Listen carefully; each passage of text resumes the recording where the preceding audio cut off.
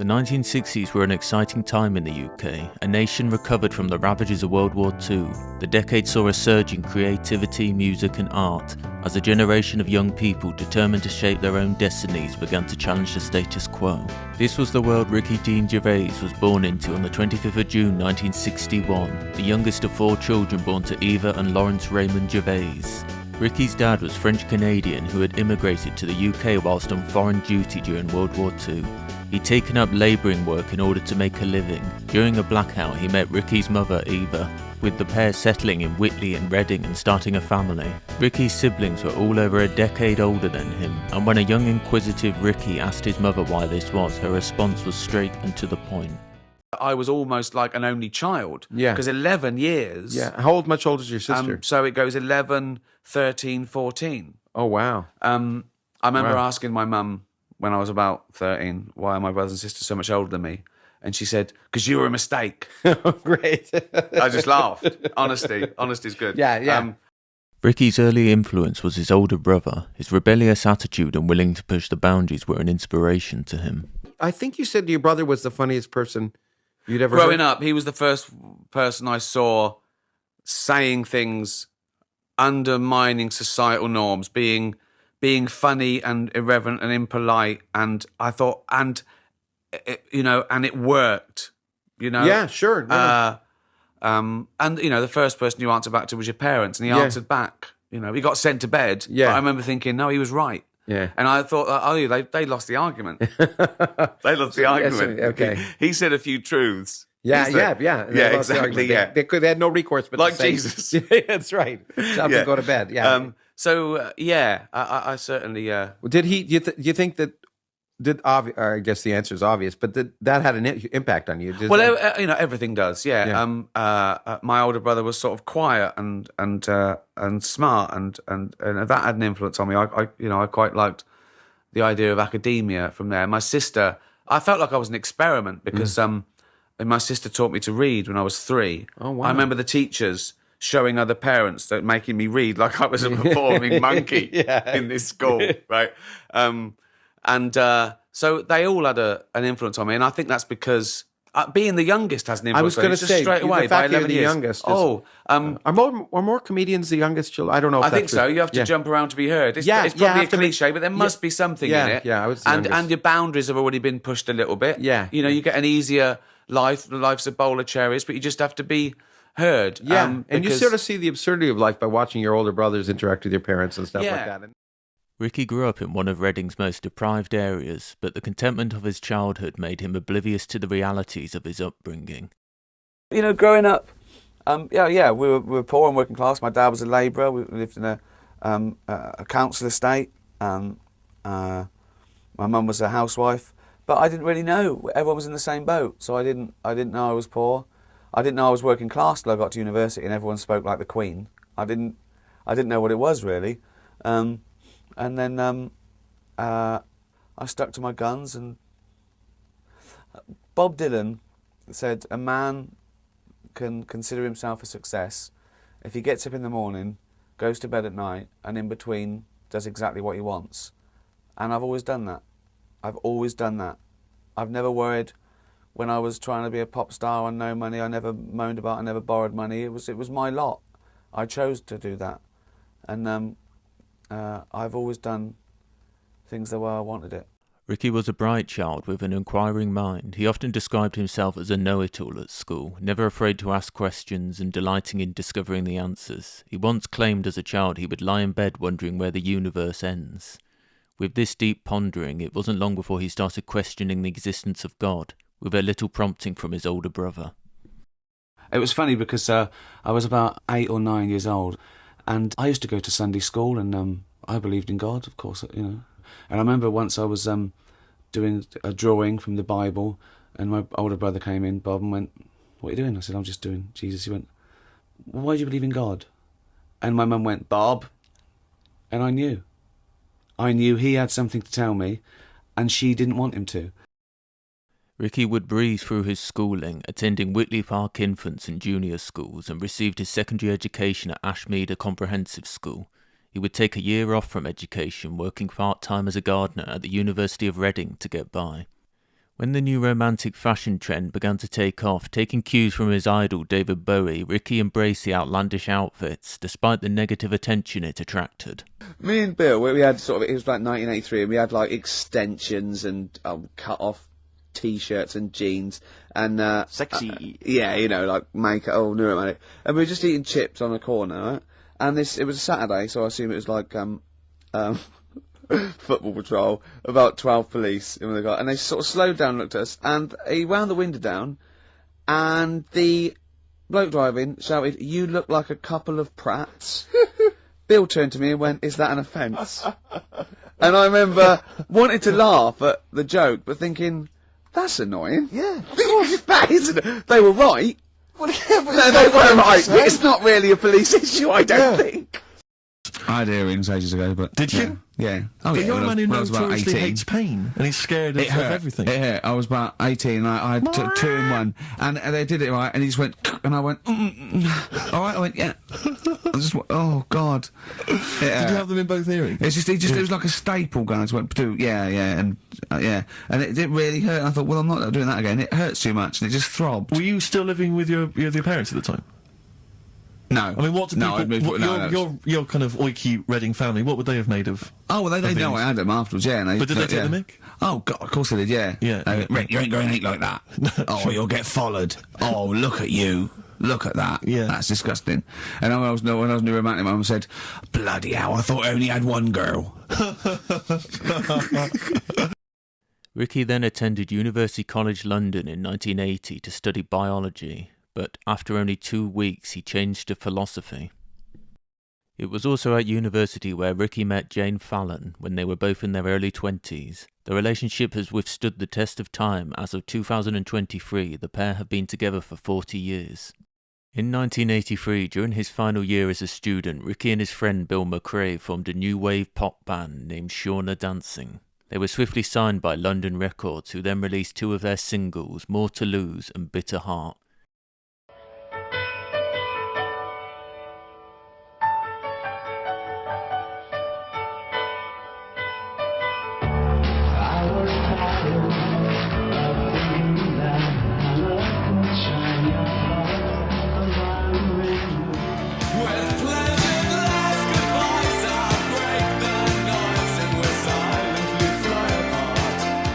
Both of which sadly failed to make the UK single chart, but they did manage to score a hit in the Philippines with More to Lose. But pop stardom lasted barely a year as London Records dropped Shauna Dancing.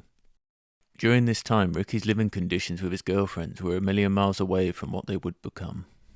I used to live in just a little one-room sort of bedsit with my girlfriend, sort of it was sort of like 80s or, and it was just awful. It was one room, and we had a bed, and it's sort of like the kitchen was the bedroom. So our bed, literally, The kitchen was the bedroom? Yeah, it was Wow. just the bed in there, and then it was just one room we had. That's all we could afford. Yeah, and so we had, yeah, and so you know, you were sleeping in bed. Your head was by the fridge, and the sink was by your feet, and you had to go out and down the stairs to a communal toilet. So I'm a man. I could just pop out of bed on tiptoes. The sink was quite high, and have a little wee in the middle of the night. So foot in my cloak, and that's fine. Into the sink, not the fridge? Into the sink, yeah. So that was fine. And sometimes I'd just hear Jane go, "Oh, at least run the tap afterwards." And I go, all right, run the tap, right?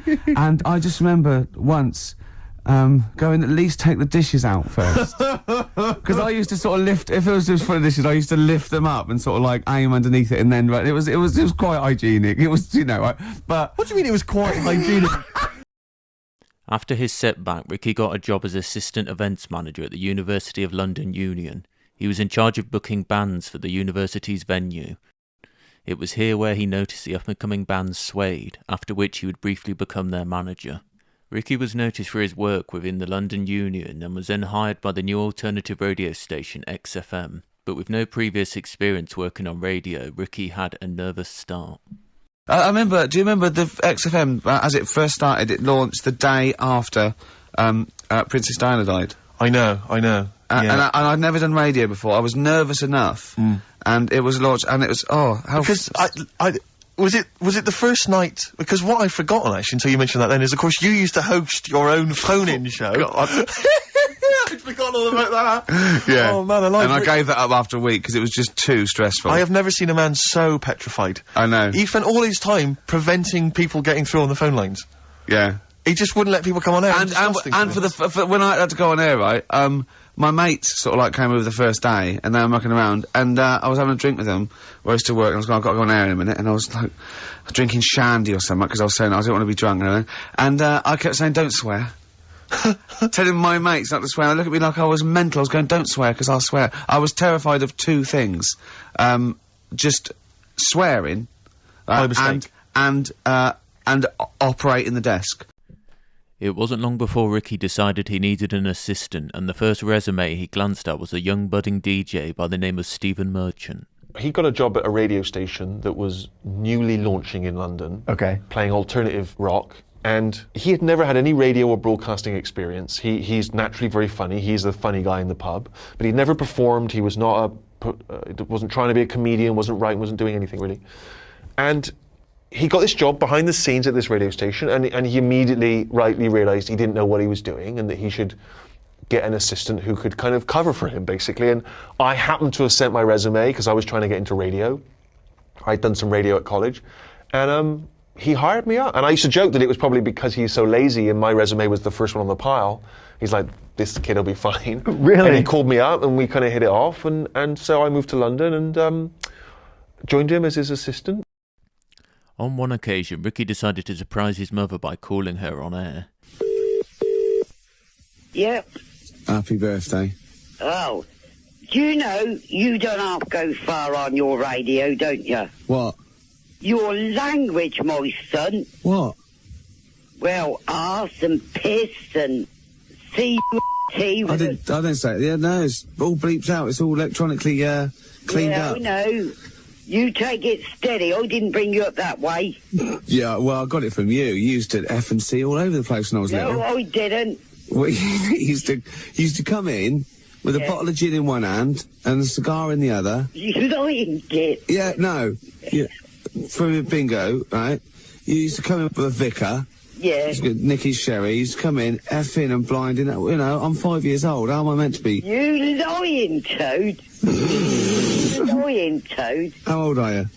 73. 73. And I used to correct you in every way you spoke. Yeah. You didn't learn a lot. You got a real old Berkshire accent.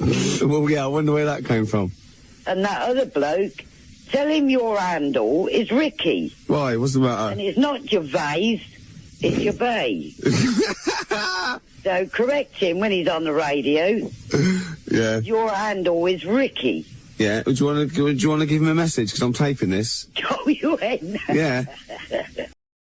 After XFM was taken over by Capital Radio Group, Ricky and Steve were made redundant. Both briefly pursued separate vocations. In 1998, Ricky managed to make his TV debut with connections made through his London Union days on Channel 4's Comedy Lab, a television series which showcases pilots of experimental comedy shows. Ricky's character was a David Bowie-obsessed man called Clive Meadows. Barry's going to be a little bit late, but I want to crack on without him. I want to discuss some new sub-branch proposals and some financial projections. Has anyone got anything they want to add to the agenda before we start? It's got 3 Elvises. Yeah, 1 young and 2 fat. Well, actually, Phil's no longer with us. What did he do, die on the shitter? No, he died falling off a ladder. He is dead then? Yeah. Another of Ricky's first TV appearances was on the 11 O'Clock Show, a satirical show mimicking the evening news. The show helped launch the careers of not only Ricky but Sacha Baron Cohen, Jimmy Carr and Mackenzie Crook. Ricky played an unprofessional reporter on the show, recounting odd news stories to the in-studio presenters. This is a true story. His brother went to Casualty with a bottle of ketchup stuck up his arse, yeah? And this is the excuse he gave to the doctor. He said he'd come home with his shopping and he put them on the doorstep and he realised he'd forgotten his keys. So he climbed up the drain pipe, and as he was up there, his trousers and his pants fell down, and he had to let go and fall, and of course the bottle went straight up his arse, right? He said that, and the doctor said, that would be so much more believable if supermarkets sold ketchup with condoms already Right, attached. leave it there, Ricky. Thanks very much. True. Now listen, one thing I want to... He did put a condom on it, but why? Was it to save himself from infection, or was it because he wanted to put it back in the cupboard and let his dad sort of smack it onto his We're actually going to chin? stop it there, Gervais. Please don't come back. You've had your fair share of daddy sauce inside you ponce. Ricky never set out to be a comedian, but growing up in a working-class family who used humour as a way to deal with life's hardships, he soon developed an unfailing ability to make people laugh, never hesitating to joke even in the bleakest of circumstances.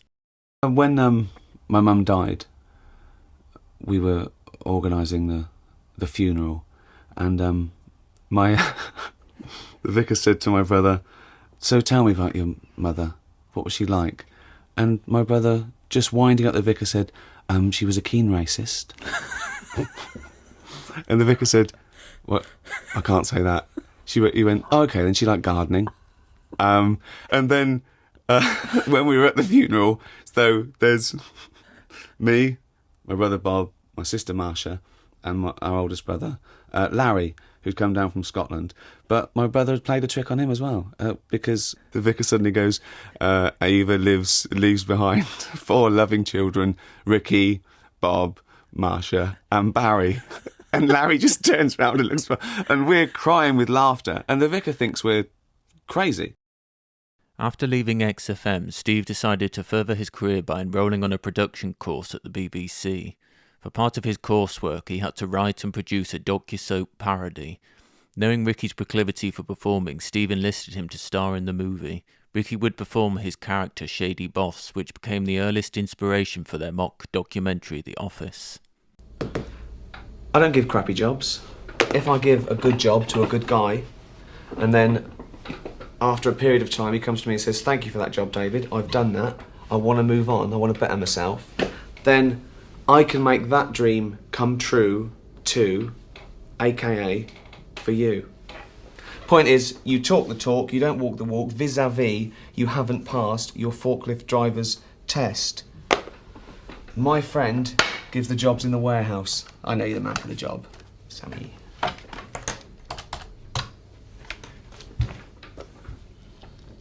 Sammy, David, you old slag. Have you put the advert for the forklift? Don't bother. Got the man here. He's perfect. Yeah, of course he's good. He's one of mine. Yeah. Has he passed his forklift driver's test? He gives the tests. When Ricky worked for the 11 o'clock show, producers of Channel 4 were won over by his personality and they offered him a chat show called Meet Ricky Gervais. But as Ricky was rather obscure and hardly a household name, the show was unable to attract the superior range of guests it might have otherwise have done, coupled with the fact that the audience weren't familiar with his type of humour. Meet Ricky Gervais, da-da-da-da. Meet Ricky Gervais, da-da-da-da. It's the verse. He likes to hunt. He's not a I am. All right? Cheers. Hello. All right. Hello, welcome to Meet Ricky Gervais. I'm Ricky Gervais, obviously. On Friday, the 29th of September. Well, that's nearly it. Olympics nearly over now, and once again, we've done shit.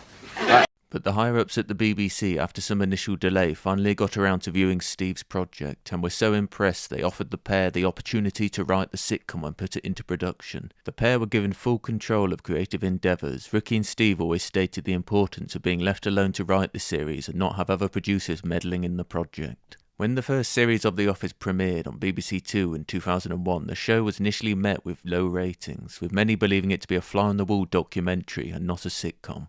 Daughter of my best friends, Ron and Elaine. She's lodging with me, so she's my responsibility, and her dad's not only a copper, but he's a bloody big bugger, isn't he? So, hands off.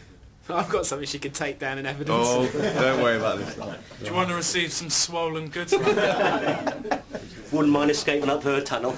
Get out. Get out. I mean it.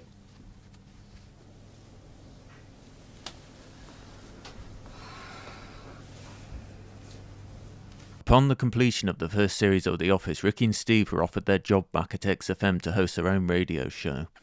But the defining moment of their second stint working at XFM was when they met Carl Pilkington, an unassuming producer who Ricky recognised had the potential to be something more. Carl Pilkington. Absolutely. Our producer. I say producer, he was the bloke who was lumbered with a job. When I said, listen, I used to run the desk in the old days when I was like, I used to press the buttons and run the desk and everything. And now I said, listen, I've been on the telly, I do not press my own buttons. And Carl said, well, I don't really work weekends. And they went, well, you do if you want to keep your job. Absolutely. And we were lumbered with him. And then we discovered that he's not just a little dork, a little manky sort of idiot. Sure, he's got nice shirt. He's got, you know what I mean? He's got something else. Absolutely. He's got a He brings another dimension, yeah. Yeah, and he started having a little chat, and we discovered that he had quite a lot to say. Okay, Monkey News this week. We've covered a lot of stuff. We have indeed. Now, do you know, like, there's places where you can go for, like, weekend rests and stuff, Sure. and you relax, you sit in a little spa, you might have a swim and stuff. Well, they've got a place done for monkeys. Of course they have. Right? They can go there, they relax, forget about all the stuff they've got going on in their head. They can have a manicure. Right. Got nice meals. It's not called a manicure, though, it's called a chimpacure. Beauty treatments. Yeah. Right? They look good and stuff. Yeah, well, look good, feel good, yeah. Now, you might think, well, that's pretty normal. Well. The bit I haven't told you about is it's actually run by a couple of chimps.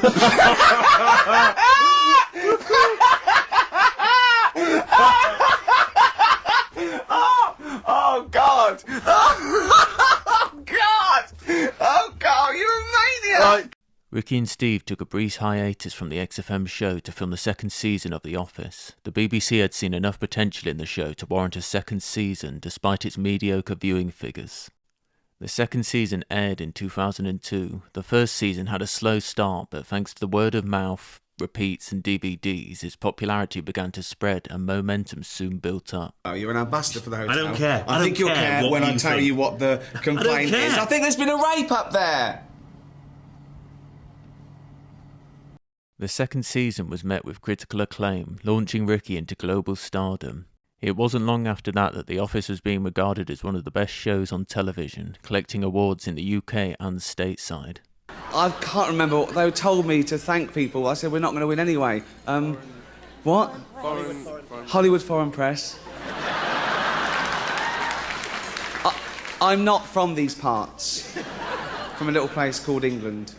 We used to run the world before you. Thank you so much. Talking to the producer, he's had his little... There he is. When Stephen Hawking came up, he had his little nose put out of joint, didn't he? Which, to be honest, is the least of his problems. Because usually he's the best one in the room. So I wanna... Don't worry, you're just the same as Stephen Hawking. But without all the clever stuff. Despite the huge success of The Office, Ricky and Steve were determined to return to their humble Saturday slot at XFM, as the opportunity to indulge in Carl's musings was too great for them to turn down. Educating Ricky. Right, what are we going for then? Hanging the bacon, airy Chinese kid, alien gives man a beard. I think alien gives man a beard. I'd like to do that. Right, there's this fellow, I think it happened in America, and he saw a bright light in the sky. And, God, if you're bored. And he stood there. This is a true story, is it? Yeah. He stood there. Yes, of course it isn't, Steve. And he saw this bright light, and it came closer and closer, and it was a UFO, right? Yep. And he looked at it, and it disappeared, right? And he gets back in his car. He looks in the mirror. And he looks in the mirror. Yep. He's only got a beard. He hasn't. You sure it wasn't someone else who got in the car? And he was still standing out there? No, right? What? And it turned out, he got home and said to his wife or his girlfriend, it's a bit weird. So I just got out of the car to look at a bright light, and I got back in the car and I grew a beard, and she said, never mind your beard, where have you been for 3 days? After wrapping up The Office Christmas special, bringing this series to a close, it was heralded as one of the best British sitcoms of all time, with the rights to the show being sold to be remade in 13 different countries, with the American version starring Steve Carell becoming the most successful. Oh my God! Okay, it's happening. Everybody stay calm. What's the procedure, everyone? What's the procedure? Stay calm. Wait. I made you... Don't look at me. I'm gone off-road. Everyone's getting nervous now. There's nothing on the auto cue. I can do anything. This is live.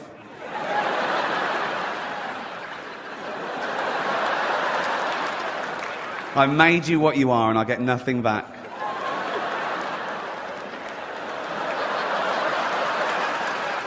Have you even been to see Ghost Town yet? No.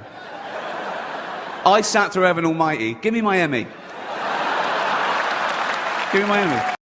With Ricky's burgeoning celebrity status, he began to receive offers for films and television, so much so that his XFM show had taken a back seat. By July 2005, the show had come to an end with the promise that they may return at some stage in the future. Next, Ricky and Steve took their previous success and applied it to create the beloved series Extras. It was a behind-the-scenes look at the entertainment industry, where main character Andy Millman muddled his way through life as an anonymous background performer.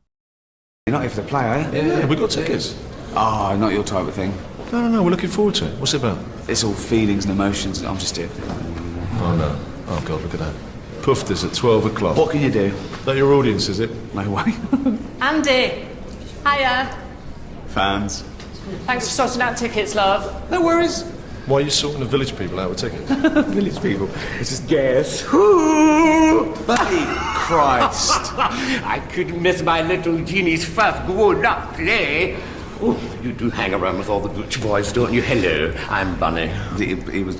How's the wife? Oh, gone. I was living a lie and she knew it, but now I'm able to go out and enjoy some serious cock, guilt-free. Yumma, yumma, yumma, yumma. Break a leg. I'm gonna get changed. Come down for a few beers if you want, but don't hang around for this shit. Blimey, what a big puff. Cheeky. The series was another critical success for Ricky and Steve, scooping up awards worldwide. But thank you for this, Best Comedy Actor, for my portrayal in the Extras Christmas special, in which Gordon Ramsay plays a foul-mouthed egomaniac, and George Michael plays a hairy, kebab-eating, drug-taking pop star who likes to look for cock in the bushes. Where do I get my ideas from? Hardly a stretch, was it? Well, I don't like kebabs. What? I don't like kebabs. Oh, my mistake. Tara Masalata. Bless you. All right. Hey, Why are you wearing pyjama bottoms? don't like the feel. Why is it so red? Wear and tear, isn't it? Not true then. Look how red this is. Go on then.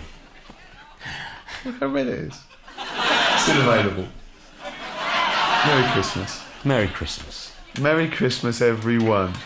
That's what you call it, Hamilton.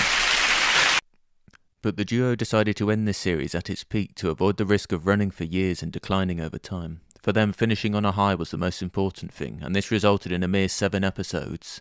When Ricky decided to start a podcast with Steve and Carl in 2006, he was ahead of the curve. At that time, podcasts were few and far between, and yet this particular programme was so popular that it became the #1 podcast around the world. Who's looking at the fella whose skulls fell off? What? We see. It's interesting, isn't it? What do you mean the fellow whose skulls fell off? Well, that's what happened the other week, so I wrote about it. What? A fella's skull has fell off. What do you mean his skull has fell off? It's something to do with circulation. But what do you mean his skull fell off? Well, it's in the diary. But how can a skull fall off? Because it's surrounded by tissue and it's got a brain. How can just his skull? How can it detach itself from all the stuff surrounding it? He mislaid all his dreams. But all I'm saying is that's not getting a look in. No, because it's not significant or probably true. Good point, Steve. I don't. All know right. Well, what's let me anything just. based on. I'll just consult the diary quickly and find the moment with the man whose skull fell off. Oh, here we are. Yeah. Looks like the world's fattest man is having an operation to get rid of some of the fat. Yeah. He has to have an iron bed because that's the only thing that can hold his weight. Yeah. There's also a man whose skull has fell out. He's in hospital somewhere. I hate that. It would make me panic. The hospital is busy with people coming in to look at their head. What are you talking about there? That tells us nothing. Right, it's impossible for a skull to fall out. How are scholars in 10,000 years going to be... What are they going to decipher from that? They can sort of go... There's not enough incident detail. But how did his skull fall out? Circulation problems. But answer the question. How did his skull fall out? Fall out of what? He was at home, and I don't know if he was combing his hair or something, but it come off. What did? His skull. What do you mean, his skull? Do you know what the skull is? It's a part of the head. Well, no, it's the structure of the head. It's the bone. Do you mean the top of the skull? This is only useful if you have all the salient facts. Then it would be of interest to us. We could. Well, I couldn't take that on. I'm busy. I'm not going to start looking into stuff in depth. Just get the details. With animations being added to the stories told on the podcast in 2009 with The Ricky Gervais Show. In 2010, Ricky and Steve decided to write their first movie together. It would be highly anticipated following their previous television work. Cemetery Junction is autobiographical to Ricky's upbringing set in early 70s England. The film failed at the box office, making only $1.2 million, with a critic review stating it's not funny enough to be a great comedy, or impactful enough to be an emotive drama. I know why you're doing it now, because he wears a suit to work. He thinks he's better than his dad. Well, that don't mean nothing, mate. And one day he's going to come down to earth with a bump and realise he's just like the rest of us. You listen to your father, he knows what he's talking about. You'll never amount to anything. Exactly. Has he never amounted to anything? And what do you mean I never amounted to anything? This would be Steve and Ricky's first failure in their writing partnership. The following year, the pair would return to writing for television to work on their project Life's Too Short. Despite its initially unusual premise, a dwarf entertainer struggling to succeed despite the odds, it seemed to tread the same path as Extra, in which Warwick Davis played a bastardized version of Andy Millman. Unfortunately, despite this potential for success, it failed to find an audience, and after a single series and a special, the series was ended. After the failure of Life's Too Short, Ricky and Steve were faced with the reality that parting ways was the best way to progress each of their individual endeavours. Ricky's first solo project would be to write and star as Derek, a mentally disabled man who works at a retirement home. This would air on the 12th of April 2012. Channel 4 described the show as a bittersweet drama about a group of outsiders living on society's margins. But again, Ricky would hope to recapture the winning formula of previous projects, with parts of Derek feeling like a less authentic version of The Office. The series ran for 2 series and ended without fanfare. Ricky would thereafter reprise his role as David Brent without Steve Merchant for Life on the Road. The film catches up with David Brent 12 years after the airing of the BBC documentary The Office, to find he is now a travelling salesman. However, he hasn't given up on dreams of stardom and is about to embark on a self-financed UK tour with his band Foregone Conclusion. White man's eyes too blind to see, a gentle race so wild and free. Originally, Ricky and Steve hadn't wanted to ruin the legacy of The Office by making any follow-up, so when Life on the Road was met with mediocre reviews, it's unknown whether Steve was annoyed with Ricky's decision to bring David Brent back. Then in May 2018, Netflix announced Afterlife, the next project to be written and starring Ricky. The series follows newspaper writer Tony Johnson, played by Ricky, whose life is turned upside down when his wife dies from breast cancer. He contemplates suicide, but instead decides to spend his life punishing the world for his wife's death. Pedo! What? Pedo! I'm not a pedo, and if I was, you'd be safe, you tubby little ginger cunt. One review wrote yet another project for Ricky to exploit, aiming to tug on the heartstrings, yet it just comes across as uninspired and dull, with no noticeable invention or flair. It transpires to be nothing more than a progression of laborious scenes that appear to be thrown together in order to meet basic production requirement. Afterlife may have been met with lukewarm reviews, but the fans seem to love it, as Ricky's been happily retweeting their praise of this series for the last 3 years. It's not bad, because that would suggest it's evil, it's just shit. It's a shitcom.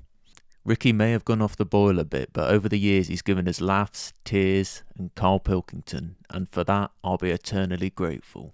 Right, that isn't even funny. You dirty bastard. Free love on the free love freeway. The love is free and the freeway's long. I got some hot love on